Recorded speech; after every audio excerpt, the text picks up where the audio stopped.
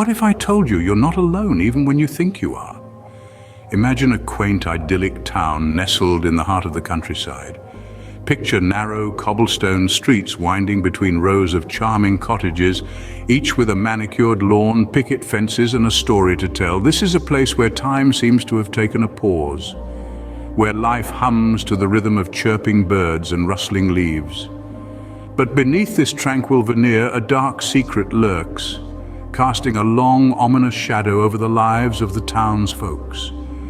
You see, the peace of this town is often shattered by a presence so eerie and unsettling that it has turned the once jovial inhabitants into silent, fearful specters.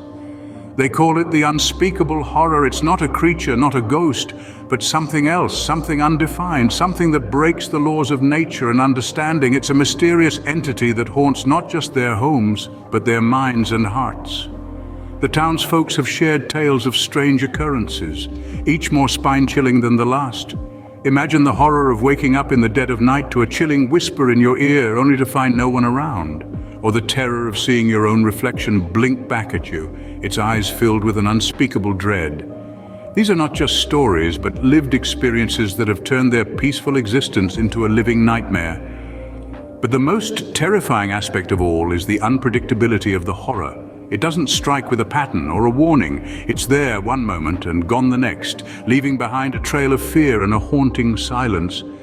It's as if the town itself is holding its breath, waiting for the next encounter with the unspeakable. But what if the real terror is not what lurks in the shadows, but what resides within us? As we delve further into this chilling tale, we'll explore this question and more as we uncover the truth behind the unspeakable horror. Every town has its secrets, but some are darker than others. Our tale begins in a town that seems ordinary, but beneath the facade of normality, a chilling history lurks. A history that has left an indelible mark on the town and its inhabitants.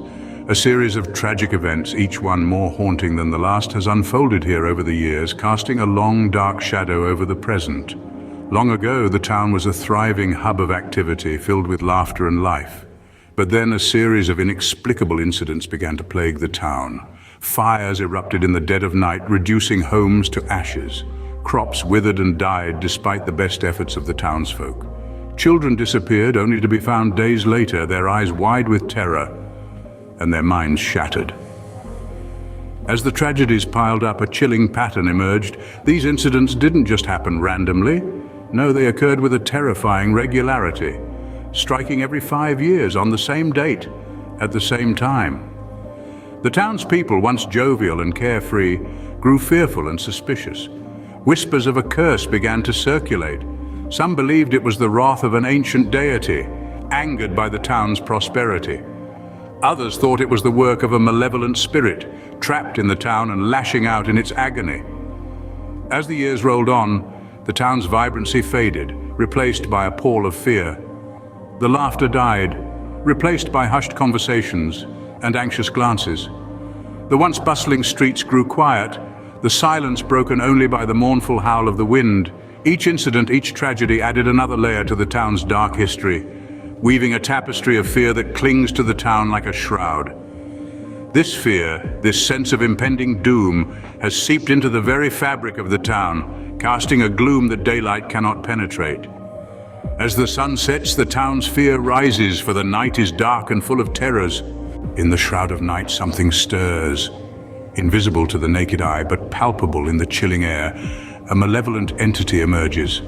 Bound by neither form nor physicality, it weaves through the silent town, an ethereal specter in the stillness of the night. As it meanders, a faint whisper of dread trails behind it, a phantom echo that sends shivers down the spine of the sleeping town. The town's only watchman, a grizzled veteran of countless quiet nights, is the first to sense the entity. Suddenly, the familiar silence of his nightly rounds takes on a sinister tone. The echo of his own heartbeat thunders in his ears, his breath frosting in the frigid air. A creeping sense of unease settles heavily upon him, a cold shroud that makes his veteran instincts scream in alarm. And then, in the heart of the town, it happens.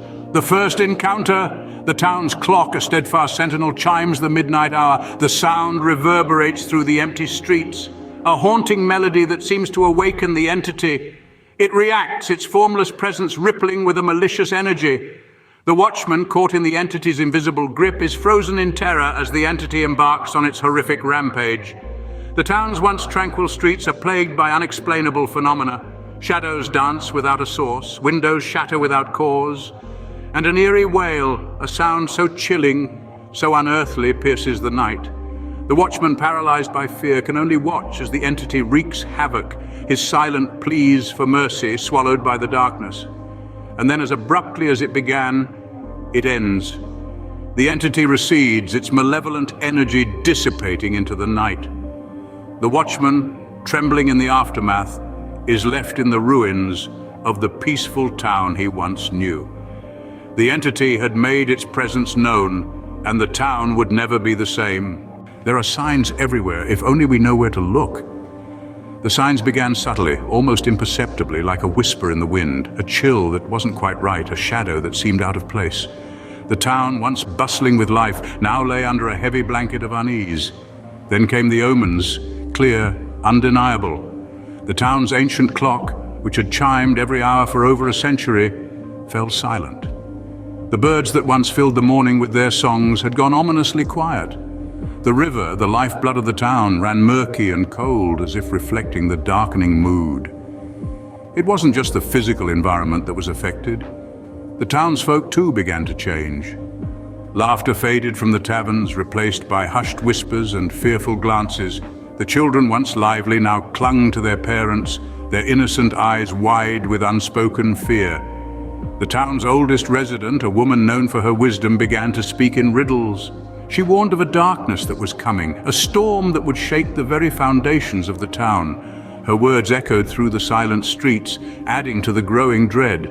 The townsfolk tried to dismiss these signs as mere superstition, but deep down, they felt a gnawing uncertainty.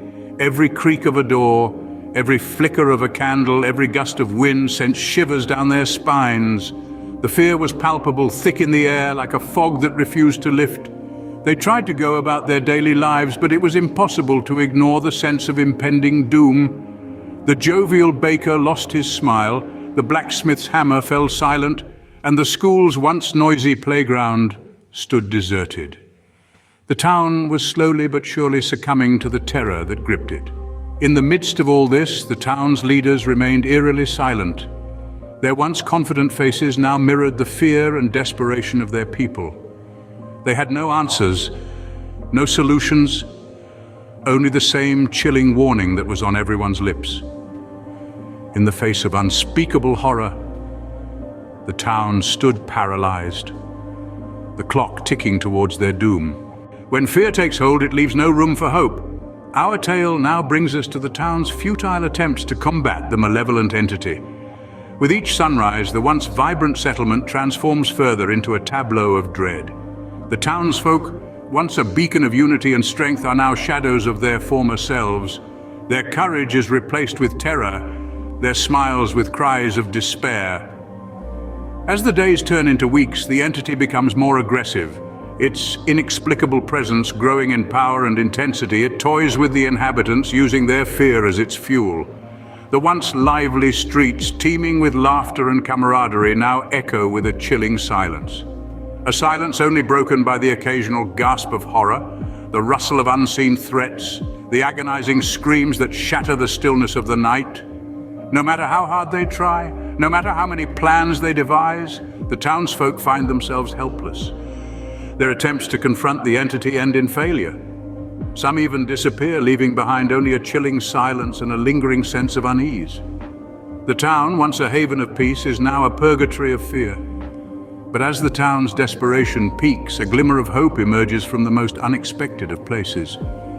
An ancient manuscript is discovered bearing a prophecy that could change everything. A way to banish the entity, to restore peace to the town. But prophecies are a double-edged sword. They can herald salvation or they can foretell doom. Their faith in the prophecy is as fragile as a spider's web, yet it's the only thing they have left. The prophecy becomes their beacon in the darkness. But would it be their salvation or their end?